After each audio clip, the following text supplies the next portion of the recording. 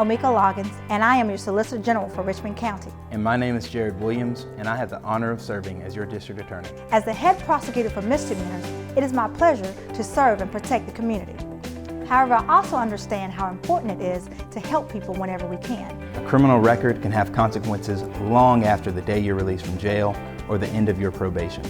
Your District Attorney and your Solicitor General are working to make sure that we have a criminal justice system that doesn't hold you back, but that gets you on track. So let's talk about record restriction. You may be familiar with the term expungement. The correct and new term is restriction. And what that means is certain crimes can be restricted from your record or not viewable or cannot be seen by certain agencies. However, keep in mind, there are certain agencies that will always be able to see your record, such as law enforcement agencies and prosecutorial offices. They will always be able to see your complete record regardless of whether it's restricted or not. So let's talk about what can be restricted. If you were arrested for a felony, but you either were not charged by the prosecutor, or your case resulted in a dismissal, or in some way you were not convicted of the crime, then you can have your record restricted. Felony convictions cannot be restricted, but if you completed an accountability court program like drug court or veterans court, or if you were sentenced under the First Offender Act or the Conditional Discharge Act and successfully completed your probation, then your record can be restricted. For misdemeanors, if a charge was never referred to the prosecution office for prosecution, it can be restricted. Or if it was referred and accused but later dismissed, it's also eligible for restriction.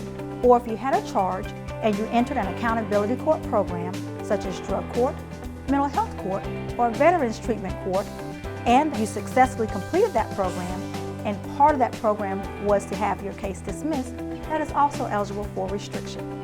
Most recently, the record restriction law has been expanded to include certain convictions for misdemeanors that are also eligible for restriction.